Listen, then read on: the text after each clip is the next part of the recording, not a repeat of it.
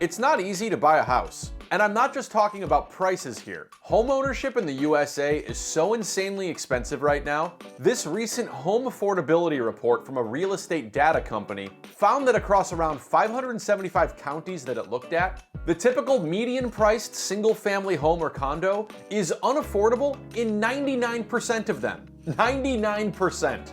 That's like American Idol audition rejection rate numbers. What's even more insane is that among the only counties they looked at that happen to be more affordable right now, one of them is New York County, home to Manhattan, where Rocket Homes does find that the median sale price does appear to be slightly down year over year, to a casual $1.3 million. No problem, here you go. Just don't count it. Anyway, once your Bitcoin matures or your trust fund starts paying out, many would advise you to find a real estate professional to help you navigate the purchase of a home. Because whether you're just browsing around, you've got someplace in mind, or your agent's got a hot property, buying a home is a stressful process. One recent survey from Homes.com found that 40% of Americans think that buying a new home is the most stressful event in modern life. Modern life.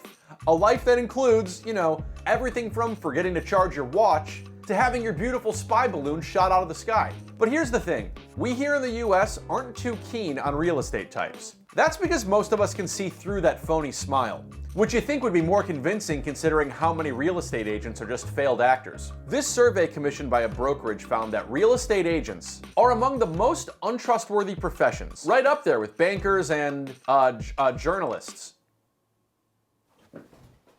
When you're buying a home, all sorts of costs are involved. For one, the house costs something, then there's fees, inspections, solid gold keychains, and of course, commissions. And whatever cut the real estate agents get for highlighting those brand new smeg appliances are actually the subject of some pretty huge lawsuits right now. This is about to get kind of in the weeds, so I'm going to show you some interesting royalty-free videos to hold your attention while I try to explain this. So first, on Tuesday, a jury out of Missouri found that the National Association of Realtors, a real estate industry trade group, along with some residential brokerages, are liable for nearly $1.8 billion worth of damages. That real estate association has this rule that requires that home sellers offer to pay the commission for the agent representing the home buyer when they advertise their place on a local multiple listing service, or MLS, where the majority of US homes are listed for sale. This is in addition to also having to cover the commission for their listing agent or broker.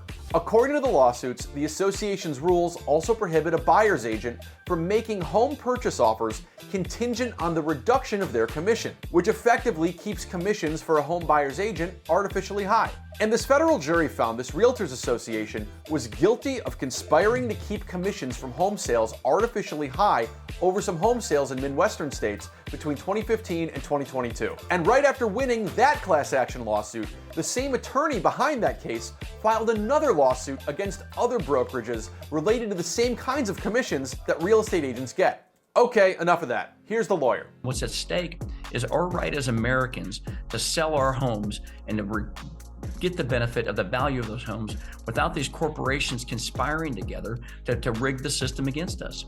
If you want to sell, just think about it. If you want to sell anything, if you want to sell a car, any piece of property, there's no arcane set of rules that require you to pay for the buyers to have a representative. Why, when you go to sell your house, should you be forced to pay the buyer's agent? The National Association of Realtors says that this practice is best for consumers, and that it gives buyers the best chance to afford a home with professional representation, while also giving sellers access to the greatest number of buyers. This real estate agent claims the commissions are justified based on everything they do to sell a home, like take pictures, put the keys in a little lockbox, and stage the thing with decor that's more tasteful than whatever you own. And then what you're going to eventually see in the long run in the industry is you're going to see too many homes with too few agents and not enough representation, and not enough good representation, because the hungry agents are still going to be out there and taking on as many as they can.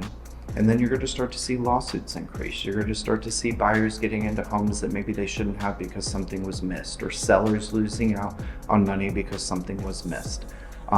You're going to really spread the industry thin. But this guy from the Consumer Federation of America, a nonprofit consumer advocacy group, believes these buyer-agent commissions are effectively inflating the sale price of homes. It's our view that this case represents a watershed event that has set in motion events that will eventually lead to buyers and sellers saving $20 to $30 billion a year, and for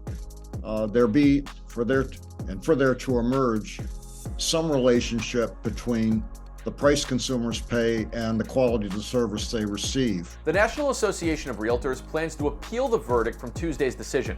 And while it's going to take some time before home buyers and sellers see any changes to how commissions are handled, the CEO from the NAR has already SDJ, stepped down from his job. I thought you could use another acronym. And by the way, that $1.8 billion awarded by the jury could end up skyrocketing to more than $5 billion if something known as treble damages, which can triple the damages paid out, are awarded. Companies like Redfin, which is being targeted in this new suit that was just filed, have already said on their blog that even if the judge doesn't require structural change is coming to the industry, which seems pretty appropriate as this industry deals exclusively with changing structures.